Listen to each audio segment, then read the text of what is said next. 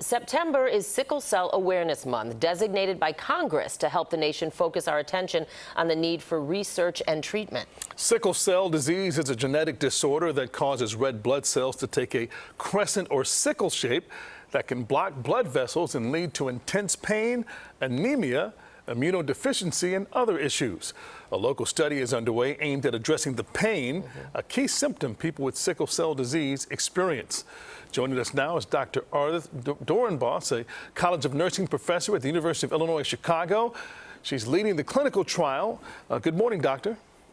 Good morning, and thank you so much, Dana and Ryan, for bringing awareness to individuals living with chronic pain related to sickle cell disease. So very important. So tell us more about the GRACE treatment that you're exploring to hopefully reduce that discomfort and chronic pain tied to sickle cell. As you just heard, millions of people in the world with sickle cell disease really suffer from very serious chronic pain, which impacts all their life experiences. And so what the GRACE trial is doing is taking a look at two different non-pharmacological treatment modalities that we can use to better control pain.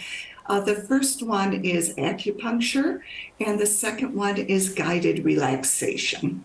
Well, what prompted you in the first place, doctor, and your team to want to focus on sickle cell disease and that pain specifically?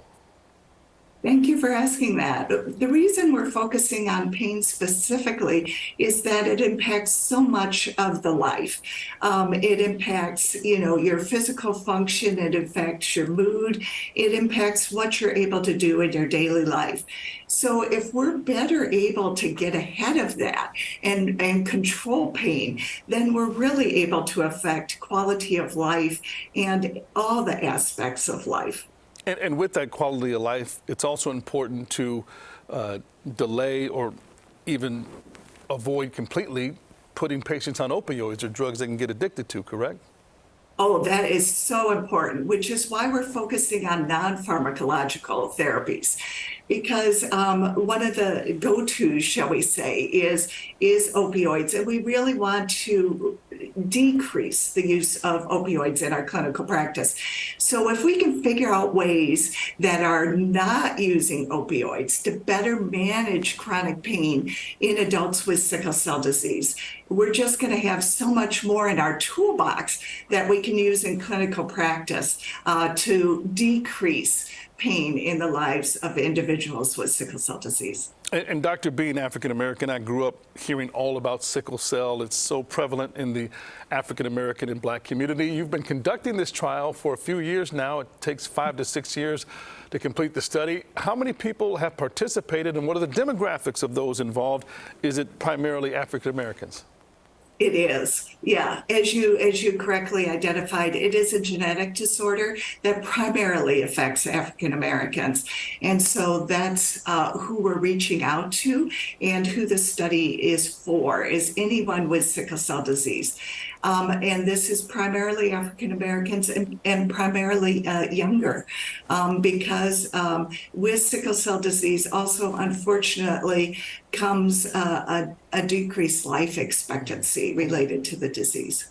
You still have a couple more years to go, but can you tell us a bit about what you're learning so far in your studies? Yeah, I'm happy to. So what we are not able to share yet is, of course, our end results, because that has to wait until the whole trial is completed. But what we're learning right now is how to implement or integrate guided relaxation and acupuncture into our regular clinical practice, because part of this is looking at, okay, how can we have more modalities, treatments in our clinical practice that aren't relying on opioids. And so that's some of the information that we're gathering right now and figuring out how to be able to better expand what we're able to offer in our clinical practice. We also want to release the stress. Don't want that to be a trigger, Dana. Right. That is a very good point, Ryan. And thank you, Dr. Ardith Doornbos, for joining us today. We really, really appreciate it. And we will have a link to more information about the GRACE trial and how you out there can participate on our website, cbschicago.com. Again, we really appreciate your time.